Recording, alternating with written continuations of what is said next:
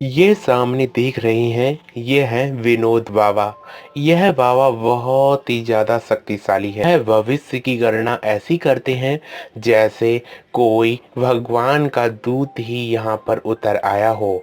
बाबा की हर गणना एक एक सत्य बैठती है, तभी तो यहाँ पर बहुत से लोग आते हैं। बाबा जी, हमारे भाग्य के विषय में बताइए कि हमारा भाग्य कैसा होगा और किस प्रकार से हमें आगे कार्य करना चाहिए। अरे, तुम अपनी कार्य में प्रगति की ओर जा रहे हो, लेकिन कभी भी तुम्हें छल नहीं करना चाहिए। और सुनो, तुम मेरे पास आए हो, कुछ दक्षिणा वगैरह लाए हो या नहीं लाए हो, ऐसे ही चले आए हो। तुम्हें पता है कि मेरा भी पेट है और मुझे पेट को पालने के लिए भोजन की आवश्यकता होती है, और भोजन की आवश्यकता के लिए मुझे धन की आवश्यकता होती है। तो यह तो तुमने सुना ही होगा कि मैं दक्षिणा भी लेता हूँ। हाँ बाबा जी, आप दक्षिणा खूब ले लेना, लेकिन आप मेरे विषय में तो बताइए, मेरे भाग्य के विषय में, मेरे वर्तमान में क्या कुछ सही हो रहा है और भविष्य में क्या कुछ होने वाला है, इसके विषय में तो बताइए। अरे, मैं तुम्हें बताऊंगा, लेकिन पहले दक्षिणा तो दो। यह बाबा कहते हुए वह दक्षिणा देकर बाबा बोलता है, जब तुमने यह दक्षिणा दे दी है, तो अब मैं तुम्हें बताता हूँ कि तुम्हारे भाग्य में क्या होगा। तुम्हारे भाग्य को देखकर लगता है कि तुम्हें एक पुत्र की प्राप्ति होने वाली है, और वह पुत्र बहुत ही ज्यादा समृद्धशाली होगा। अरे बाबा जी, यह तो आप ठीक कहते हैं। मेरी जो पत्नी है वह गर्भावस्था में है, इसलिए आपकी गणना तो एकदम ठीक बैठी है। लेकिन मुझे यह नहीं पता था कि मेरी पुत्र होगा या पुत्री। लेकिन आपने तो यह गणना कर कर सिद्ध कर दिया कि आने वाले समय में मेरे घर पर भी मेरे वंश को चलाने वाला एक योग्य पुत्र आ जाएगा। हाँ, मैं जो भी गणना करता हूँ वह ठीक ही बैठती है। ऐसा कहते हुए वह वहां से चला जाता है। तब एक स्त्री वहां पर आती है। बाबा जी, आप यह बताइए, मेरे भाग्य को देखकर आपको क्या लगता है कि मेरे आने वाला समय कैसा होगा? अरे पुत्री, मैं जो भी भविष्य बताता हूँ उससे पहले मैं दक्षिणा लेता हूँ, क्योंकि मेरा भी पेट है। पेट को पालने के लिए मुझे दक्षिणा की आवश्यकता है, धन की आवश्यकता है। यह कहते हुए वह स्त्री कुछ धन बाबा को देती है। बाबा बोलते हैं, अरे बेटा, तुम्हारे भाग्य को तो देखकर लगता है कि तुम बहुत ही ज्यादा नेक दिल हो, लेकिन तुम्हारे अड़ोसी और पड़ोसी तुम्हें जरा सा भी भाव नहीं देते हैं। अरे बाबा जी, आप एकदम ठीक कहते हैं, क्योंकि मैं जितने पड़ोसियों को जानती हूँ, उनमें से कितने पड़ोसी ऐसे हैं कि मैं उनके संग कितना भी एहसान का कार्य कर दूं, लेकिन बदले में वह मुझे कुछ भी नहीं देते हैं। हाँ बेटा, मैं यही तो कहना चाहता हूँ। तुम्हारे भाग्य को यह देखकर लगता है कि तुम अपने इस कार्य को करते रहना, क्योंकि इस कार्य को करते हुए तुम्हारी बहुत ही ज्यादा प्रसिद्धि होगी। बाबा जी, इसके अतिरिक्त मेरे भाग्य में कुछ ऐसा लिखा है जो अच्छा हो सके? अरे, जब तुम प्रगति की ओर चली जाओगी, तब तुम्हारा तो यश वैभव बढ़ता ही चला जाएगा। यह कहते हुए बाबा सभी का भाग्य बताया करते थे। भाग्य बताते बताते बाबा बहुत ही ज्यादा प्रसन्न रहते थे। बाबा जब अपने घर पहुंचते हैं और अपनी पत्नी को बताते हैं, आज बस मुझे इतना ही मिला है धन, और कुछ अनाज भी मिला है, इससे बना कर मैं सो जाऊंगा और कल सुबह फिर से मुझे जाना होगा। ए जी, आप सुबह चले जाते हैं, मैं घर पर अकेली रह जाती हूँ। कुछ गणना भाग्य की मेरी भी कर दीजिए। अरे भगवान, मैं क्या गणना करता हूँ, तुम्हें पता है। मैं तो केवल एक अंदाजी में बता देता हूँ कि यह भाग्य होने वाला है। तुम्हें पता ही है कि आवश्यकता की मनुष्य में जितनी भी जरूरतें होती हैं, उसके अनुसार ही मैं बात बताता हूँ। मैं कोई भविष्य देखने वाला नहीं हूँ। तुम मेरे किसी दिन अतीत के बारे में जानोगी ना, तो तुम भी चौंक जाओगी। अरे, आप अतीत के बारे में विषय में बात कर रहे हैं, मैं कुछ समझी नहीं। अरे, समझकर भी तुम्हें क्या करना है, कल मैं सुबह जाऊंगा। यह कहते हुए बाबा फिर से अपने काम पर आ जाते हैं। एक दिन बाबा बहुत ही ज्यादा अचरज के संग एक व्यक्ति को देखते हैं। अरे, यह तो वही व्यक्ति है जो मेरा 10 साल पहले मित्र था, जिसे मैंने एक कुएं में धक्का दे दिया था। अरे, यह तो मेरी ओर ही बढ़ा चला आ रहा है। बाबा बार-बार उस व्यक्ति को देखते और बार-बार चौंक जाते। जब वह व्यक्ति बाबा के पास पहुंचा, बाबा जी, आपको देखकर लगता है कि आप मुझे देखकर बहुत चक्के से रह गए हैं। क्या आप मेरा और आपका परिचय कभी पहले हो चुका है? अरे, मेरा और तुम्हारा परिचय कैसे होगा? मैं तो एक सन्यासी हूँ। सन्यासी का परिचय कभी एक गृहस्थ के से हो सकता है? अरे बाबा जी, मैं एक बात आपसे कहना चाहता हूँ। मैं अपने मित्र को ढूंढ रहा हूँ और मित्र नहीं मिल रहा है। तो मैं तुम्हारे भाग्य को, तुम्हारी गणना को देखकर कुछ बताने से पहले मैं तुमसे पूछना चाहूँगा कि तुम एक मित्र की खोज करने के लिए आए हो? हाँ बाबा जी, मैं एक मित्र की खोज करने के लिए आया हूँ। मैं बहुत ही ज़्यादा धोखेबाज था और धोखेबाजी के कारण उसने मेरे संग छल किया था। तो तुम बता सकते हो कि तुम्हारा मित्र कैसा था, कैसा धोखा हुआ था? अरे बाबा जी, मैं बताता हूँ।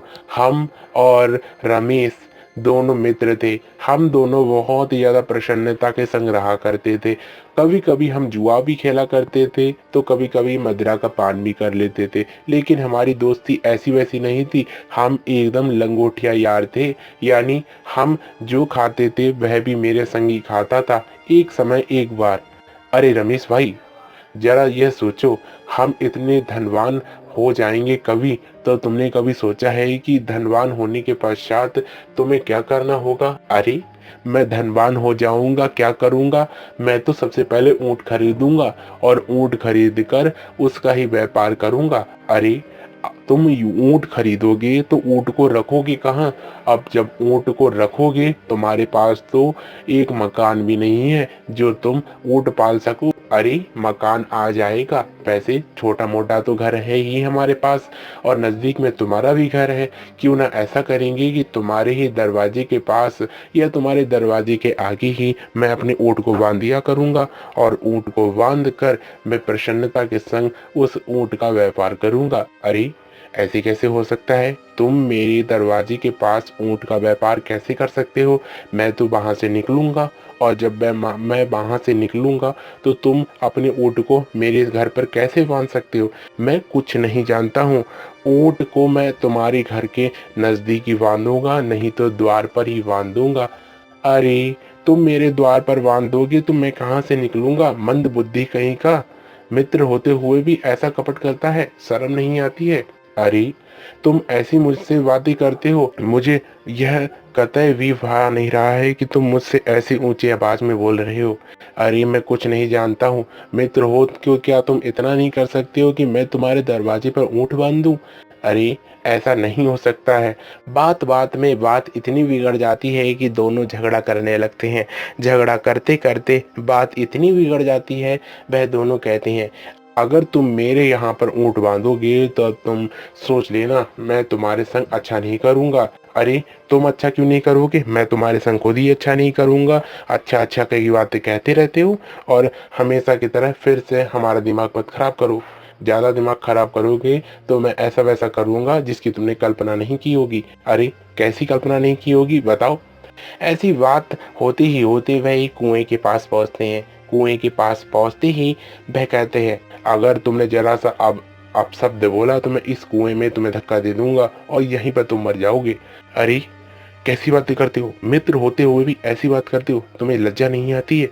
अरे, मुझे लज्जा आएगी? तुम तो मेरे यहाँ पर ऊंट बांधना चाहते हो और ऊंट बांधने के बदले में तुम मुझे कुछ शुल्क दोगे। अरे, कुछ शुल्क नहीं दूंगा। मित्रता होती ही किस बात की है? शुल्क लोगे तो मित्रता ही किस बात की? यह कहते हुए लड़ाई लड़ाई में रमेश ने मुकेश को धक्का देने के पश्चात वहां से फरार हो गया। लेकिन रमेश ने मुझे धक्का दिया था और धक्का देने के पश्चात वह यहाँ से फरार हो गया है। मुझे यह नहीं समझ आता है कि रमेश कहाँ गया होगा। इस प्रकार बाबा जी, मैं उसका पीछा करते करते 10 वर्ष बीत चुके हैं, लेकिन रमेश का अता पता नहीं चला है। इसी की गणना के पीछे मैं आपके विषय में बहुत ज़्यादा चर्चा सुनकर यहाँ पर आया हूँ। क्या आप बता सकते हैं कि इस समय रमेश कहाँ पर है? अरे, तुम्हारी तो बीती बहुत ही ज़्यादा पुरानी है और मैं तुम्हारे भविष्य को देखकर यह बताना चाहूँगा कि तुम जिस व्यक्ति की खोज कर रहे हो, अब तुम अपने घर लौट जाओ, क्योंकि तुम्हें उसका पता नहीं चल सकता है, क्योंकि अब वह तो मारा जा चुका है और मरे हुए व्यक्ति को तुम ढूंढोगे कहाँ से? अरे बाबा जी, आप तो गणना के अनुसार एकदम ठीक कहते हैं, क्योंकि 10 वर्षों से रमेश का पता नहीं चला, यह बात ठीक है। और सुनो, दक्षिण की दिशा की ओर कभी मत आना। दक्षिण की दिशा की ओर आओगी तो तुम्हारी जान के लिए खतरा हो सकता है। अरे बाबा जी, एकदम ठीक कहते हैं, लेकिन यार ये सोचिए कि रमेश का पता नहीं चला, दुष्ट भी तो था, दुष्टता के संग मारा गया होगा। अरे हाँ, दक्षिण की ओर कभी मत आना। लेकिन बाबा जी, दक्षिण की दिशा की ओर तो आप भी रहते हैं, फिर मैं क्यों नहीं आऊं? बस मैं इतना ही कहना चाहूंगा कि दक्षिण की दिशा की ओर तुम आओगे तो तुम्हारे लिए ठीक नहीं होगा। बाबा जी, जब आप इतनी भविष्यवाणी के ज्ञाता हैं, तब मैं आपकी यह बात मानकर दक्षिण की दिशा की ओर कभी नहीं आऊंगा। यह कहते हुए बाबा और उस व्यक्ति का संवाद होते ही वह व्यक्ति चला जाता है। बाबा जी के सांस में साथ आती है। बताओ, कितना पुराना मित्र आज जाकर गले लगा और मुझे इससे छुट्टी मिली, क्योंकि मैं कोई मुकेश कहीं और नहीं गया, मैं खुद ही रमेश हूँ जिसे मैंने धक्का दिया था। और आज मुझे प्राणों में प्राण आए हैं, आज शाम को मैं चैन की नींद सो सकूंगा। यह तो आपने मित्रता के नाम पर छल किया है। आपको यह कतई भी नहीं करना चाहिए था। अरे, मैं क्यों नहीं करता? वह ऊँट की विषय में तो बात चली थी, कोई ऊँट बांध तो नहीं दिया था। अरे आपको एक बार सोचना चाहिए था कि मित्रता बहुत ही ज़्यादा पवित्र होती है। मित्रता के बंधन को आप ऐसे तोड़ेंगे, यह संभव नहीं था।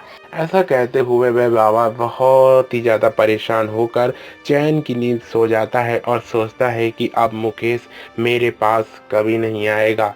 और बाबा के भेष में एक चोर को लोग ऐसे सम्मान देते थे जैसे वह सचमुच के बाबा हों।